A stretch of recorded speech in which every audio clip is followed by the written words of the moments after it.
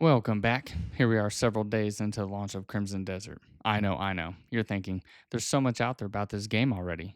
Well, it's because it's massive, with so much to do and so much to explore. So, whether you're just getting into it or have been running around for a couple hours, still just really trying to figure out what you're supposed to do, I have 10 tips that can help you get started on your journey the right way. Now, don't worry, these tips can carry well into the mid and late game, helping you make your way around and stand your ground against any of those upcoming bosses. With so much to enjoy in this game, the deeper you get into it, let's get started with tip number one. And be sure to stick around as the last three tips will help make a big difference in the way that you play this game. First up, bell towers. These can be located throughout the world as you traverse between regions. Now, climbing up these towers, ringing the bell on top, will clear the fog around the surrounding area without the need for manually running around the entire region. If you prefer to explore on your own without clearing the fog, you can certainly do so, but you may want to ring the bell when you're satisfied with your exploration if you care to complete the quest line associated. And when you ring the bell, you can see it'll do a cinematic to show that is looking around the entire region. And if you check your map, you'll realize that all of a sudden, all the fog has been cleared. From here, you can get a better understanding of the surrounding area. Now, it won't show you everything that's hidden in there. You still need to get out and explore on your own, but it will show you geographic locations and other major points of interest.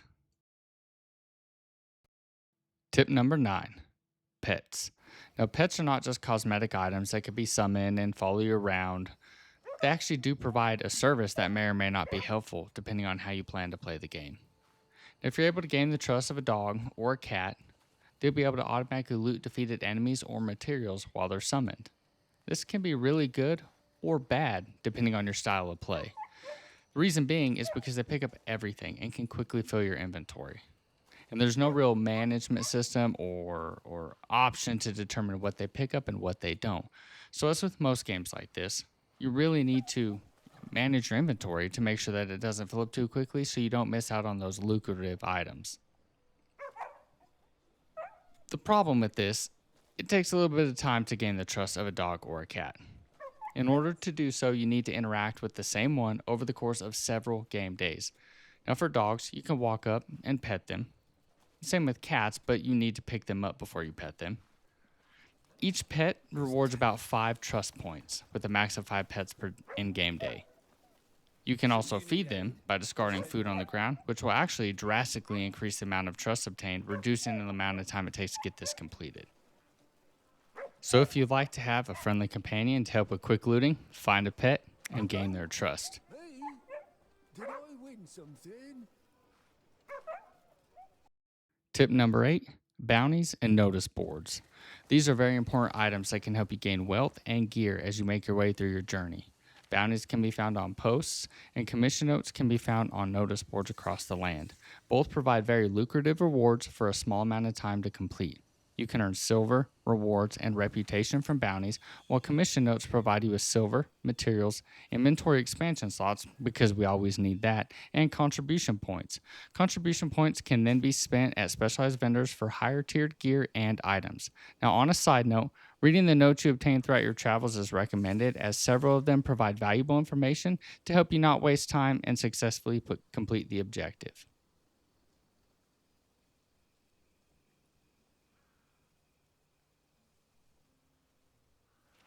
Tip number 7, Sword Glint Burn. You learn about the Sword Glint ability early on in the game, and its uses for blinding enemies and exploring the world. But there are additional uses that are not explicitly explained upon learning it. One major thing this skill allows you to do is burn items around the world, which can be extremely helpful when you need to remove an obstruction in your path and you don't have something like fire arrows readily available or any other means to remove the obstacle. This will help you easily and quickly remove those obstacles out of your way so you can continue on your journey.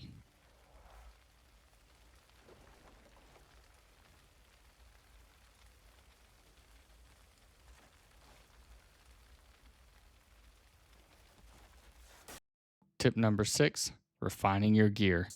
I know sometimes you'd rather just find better gear, but it is worth noting due to its ability to drastically change the outcome of how you survive encounters. Refining gear does more than just boost damage, it can provide other benefits such as increasing attack speed, reducing stamina costs, unlocking additional skills, etc. It is definitely worth looking into, especially if you start feeling like you're underpowered or maybe you're not able to complete certain objectives. To unlock this early game, make sure you do the blacksmith quest in Hernan. Tip number 5, cooking. I know. None of us want to sit around cooking meals all day long because it's tedious work, but these meals do come in handy to keep you alive throughout your travels. They're extremely helpful when dealing with mass enemies or when you may need to spam heal your way through a boss fight. It's better to come prepared than, suffer defeat, so maybe you should look at keeping a large quantity of these in your inventory before you head into that boss fight. Meals can be obtained in two ways. One, through cooking learned recipes at a bonfire, and two, purchased from vendors that you come in contact with as you progress further into the story. Always look to keep meals on hand because they do come in handy in a pinch.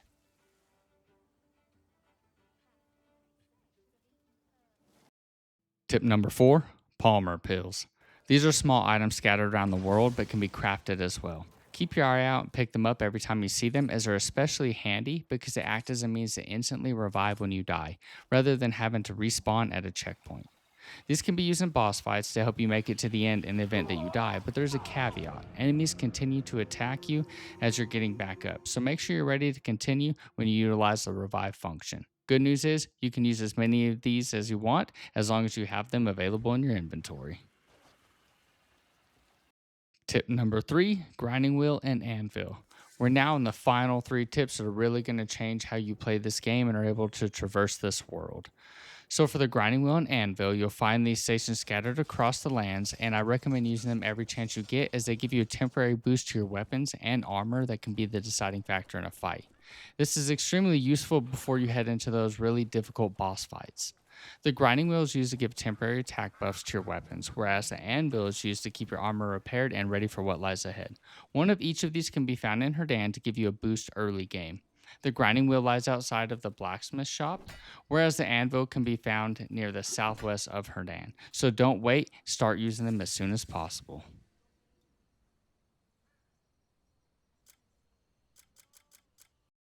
Next up, fast travel. It is no secret that Crimson Desert's world is massive. Traversing this on foot or even on horseback can take a very long time. Good news, there are means to fast travel, and all you have to do is find them. For early game, the best method is to locate the Abyss Nexuses, which appear circular stone platforms on the ground. These can be found all over the land, and all you need to do to activate is stand on it until it glows and the animation finishes. After this, you can quickly return to that location anytime. The first one can be found easily right behind the blacksmith shop in Hernand. Just go up the stairs, straight ahead, and there it is. So throughout your adventure, keep your eyes peeled and activate as many of these as possible, as it will really speed up the amount of time it takes to travel around this vast world. Final tip, watch and learn skills. Now this one could be very important to save your artifacts for other skills that require to be purchased or upgrades to any currently learned skills. Artifacts are few and far between, so no need to waste them when you can essentially just get the skill for free. In your skill tree, as you look at the different skills, you'll see that some have the option to be observed rather than purchased. What that means is that these skills can be learned throughout the world during your exploration or during engagements with the enemy. Throughout the world, a lot of these will kind of handhold you or walk you through, and you'll get a lot of these early game where it shows you kind of what you're looking for to learn these skills. With the enemies, it's a little less obvious on what you need to do.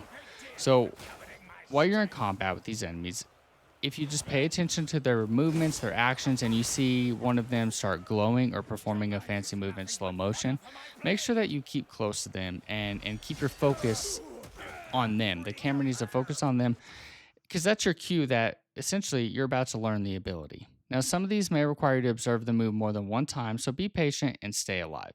And if you happen to not get the skill, you can still find them at some training grounds or by re-engaging certain enemies or purchasing it with artifacts. That covers the main tips to help get you started the right way and reduce the overwhelming nature of this massive game. These tips can follow you straight through to the end, so it's time to head out on your journey and enjoy the experience that is Crimson Desert. Thank you for your support. Don't forget to hit that subscribe button. Until next time, keep gaming and have fun.